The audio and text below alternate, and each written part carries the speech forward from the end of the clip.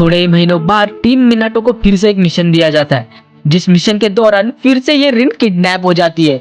भाई ये कितने बार किडनैप होगी, पर देखो इस बार काकाशी रिन को सक्सेसफुली रेस्क्यू कर लेता है। वो उसे लेकर कोनोहा जाने लगते हैं। वेल कोनोहा की तरफ जाते वक्त रिन काकाशी को रिवील करती है कि किरागाकुरे के शिनोबिस ने उसके अंदर 3 टेल बीस को सील किया है, ताकि जब वो कोनोहा पहुंचे तो 3 टेल बीस उसके अंदर से बाहर निकल जाए और कोनोहा को डिस्ट्रॉय कर दे।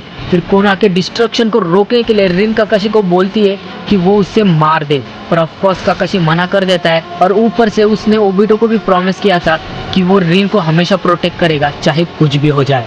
फिर इसी दौरान किरागाकुरे के शिनोबिस रिन और काकाशी के साथ कॉट अप हो जाते हैं और रिन को फिर से किडनैप करने का ट्राई करते हैं, पर काकाशी तब उन सब से लड़ता है और अपना चिदोरी यूज करता है उन पे अटैक करने के लिए। पर तभी उस अटैक के वक्त रिन उसके चिदोरी के सामने आ जाती है और काकाशी के हाथों मर जाती है टू प्रोटेक्ट कोनोहा विलेज। रिन के डेथ को देखकर काकाशी का शारिंगन एक मांगे के शारिंगन में बदल जाता है और वो बेहोश हो जाता है। और फिर थोड़े टाइम बाद कोनोहा के शिनोबिस काकाशी को ट्रैक डाउन कर लेते हैं और वहां पहुंचकर वो देखते हैं कि सारे किरागाकुरे के शिनोबिस मर चुके हैं और उन्हें ये समझ नहीं आता कि आखिर किरागाकुरे के शिनोबिस को कौन मारे हैं। फिर इसके बाद काकाशी डिप्रेशन में चला जाता है क्योंकि उसने स्मॉल पीरियड ऑफ टाइम में उसके दोनों दोस्त खो दिए। रिन के डेथ के कारण काकाशी के ऊपर इतना ज्यादा मेंटली असर होता है कि उसे हर रात नाइटमेयर आने लगते हैं और वो कई दिनों तक बस अपना हाथ वॉश करते रहता है ताकि वो रिन के ब्लड को अपने हाथों से हटा सके। इस ट्रॉमा से फिर काकाशी बहुत ही ज्यादा सैड और लोनली हो जाता है और फिर इस लोनलीनेस को दूर करने के लिए वो आनबू टीम को ज्वाइन कर लेता है। काकाशी आनबू में फ्रेंडली किलर के नाम से भी फेमस हो जाता है क्योंकि सारे कोनोहा के लोग ये बिलीव करते थे कि काकाशी मिशन के लिए अपने टीममेट को भी मार सकता है, क्योंकि उन्हें लगता था कि काकाशी ने रिन को जानबूझकर मारा था टू प्रोटेक्ट कोनोहा। पर एक्चुअली में हमें पता है कि ऐसा कुछ भी नहीं था।